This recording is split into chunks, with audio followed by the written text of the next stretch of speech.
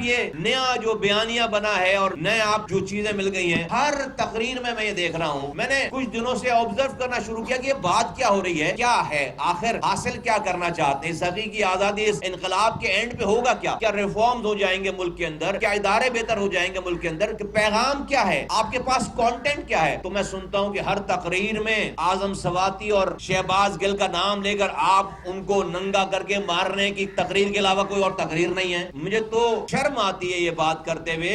اعظم سواتی صاحب کو اگر میں ان کی جگہ ہوتا, میں ان کی پارٹی میں ہوتا, ان کو مشورہ دیتا, ابھی بھی میں ان کے اور لوگوں کو مشورہ دیتا, بھائی اگر آپ کے ساتھ یہ والا واقعہ ہوا بھی ہے نا تو آپ کو عمران خان صاحب کو نہیں بتانا چاہیے تھا یہ کہ آپ کو ننگا کر کے مارا ہے. جس کو نہیں پتا تھا دنیا بھر میں اتنی دفعہ کہہ دیا گیا ہے, اتنی دفعہ بتا دی گئی ہے کہ اب تو اعظم سواتی صاحب کے مرنے کے بعد بھی, ان کی زندگی سے جانے کے بعد بھی لوگ اسی نام سے یاد کریں گے. ایسا لگتا ہے کہ ان کو کوئی بہت بڑی چیز مل گئی ہے. آپ اتنے ننھے ہیں, آپ کو نہیں پتا پاکستان میں ٹارچر کیسے ہوتا ہے بھائی, اور آپ کو ابھی پتا کیا ہے, ابھی ہوا کیا ہے. آپ اگر کراچی اور بلوچستان کے لوگوں سے اگر آپ ہوتے تو آپ کو پتا چلتا کہ یہ ٹارچر ہوتا کیا ہے, اور جب آپ کو پولیس اور ایجنسیاں لے کر جاتی ہیں تو پھر آپ کے ساتھ کرتی کیا ہے. ابھی آپ جب یہ سارے آپ انقلابی بنے پھر رہے ہیں, اسی شہر کے 3 نوجوانوں کو مار کر پھینک دیا گیا, آپ نے ایک جملہ نہیں بولا ان کے لیے, آپ نے ایک لفظ نہیں بولا ان کے لیے. آپ کو بھی پتہ ہی نہیں ہے کہ لاپتہ کیسے ہوتے ہیں لوگ, آپ کو بھی پتہ نہیں ہے کہ ایکسٹرا جوڈیشل جو ہے وہ کلنگ کیسے ہوتی ہے. آپ کے اوپر ابھی ریاست نے ہلکا ہاتھ رکھا ہوا ہے, آپ کو ابھی ریاست کے ظلم کا پتہ ہی نہیں ہے. آپ کے ساتھ تو ابھی ہنی مون ٹائم چل رہا ہے, اور ہر تقریر میں شرم آتی ہے کہ ان کو کھڑا کر کے باقاعدہ بتایا جا رہا ہوتا ہے کہ ان کے ساتھ یہ ہوا ہے. میں ریپیٹ بھی نہیں کرنا چاہتا اس والی بات.